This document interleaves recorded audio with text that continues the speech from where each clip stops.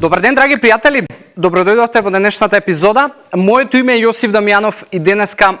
одговарам повторно на прашање од наш драг пријател Кико, кој што ќе го погледнете е поврзано со тема која што не е моја баш најголема професионалност, но во секој случај можеби можам да дадам некакви насоки и да можеби дадам насоки кај кого да се обратите ако мојот одговор не е баш најдобриот. Така да го погледнеме прво прашањето, па ќе се вратиме назад.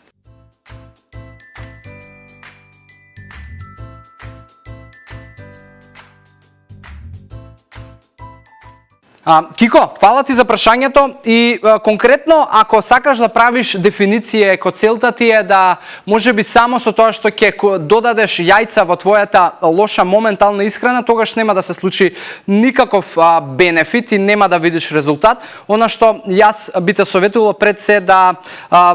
не можам конкретно да ти дадам одговор на индивидуализиран начин, но она што јас би те советувал во која насока да размислуваш е доколку сакаш да правиш некаква дефиниција, тоа ќе значи дека ќе треба да вметнеш и физичка активност, поконкретно тежински тренинзи и тежински вежби и нормално треба да го идеализираш и балансираш процентот на масно и мускулно ткиво во твоето тело, затоа што ако се работи за дефиниција, тогаш треба да таа дефиниција се гледа. Сега, повторно како и за се останато, основата е да имаш и поедок, и редовни и квалитетни оброци, да пиеш вода, но некои детали кои што тука ќе се разликуваат и ако конкретно ме прашуваш за јајца, да, супер се, затоа што јајцата се одличен избор на протеин. Има 6 грама, можеби во некаде во едно јајце. Живи немаш потреба да ги јадеш затоа што не се толку вкусни. Втора работа, не дај Боже, може да се случи да можеби налеташ на салмонела или не знам, нешто слично, макар што тоа е премногу ретко, затоа што јас сум конзумирал живи јајца, но во секој случај јас би те советувал да бидат тие, не знам, тврдо варени, со тоа што можеш да имаш 2 меги оброка во текот на денот во кој што имаш јајца и тоа да имаш можеби 4 до 5 белки и една жолчка, затоа што па претераното внесување на жолчка ќе ти донесе друг проблем, да ќе внесуваш огромна количина на холестерол за која што ќе не можеби црниот дроб да се погрижи и ќе ти се појави како на крвна слика резултат, но во секој случај пак ќе ти кажам, се работи за малку по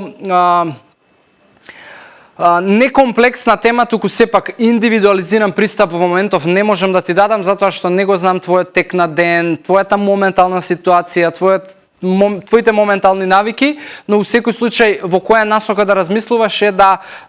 си ја средиш целосно исхраната со оброци редовни, со вода, нутритивно квалитетни оброци. Ако можам некако да ти помогнам, слободно докомуницираме во порака, а во делот на тоа да направиш дефиниција на твоите мускули и вежбите кои што ќе ги правиш во таа насока, не можам да ти помогнам затоа што искрено не сум толку многу доволно упатен за таа тема и јас би те советувал да комуницираш по професионално лице, фитнес тренер, човек кој што тоа е моја задача и верувам дека ќе ти помогне. Така да, не знам,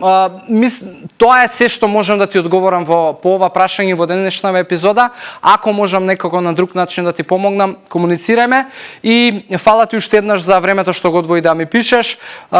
Останатите или хаштаг користете или комуницирате ме во приватна порака и ако знам ќе одговорам на вашите прашања. До следната епизода ви посакувам здрави животни навики и имајте убав ден. Чао, чао!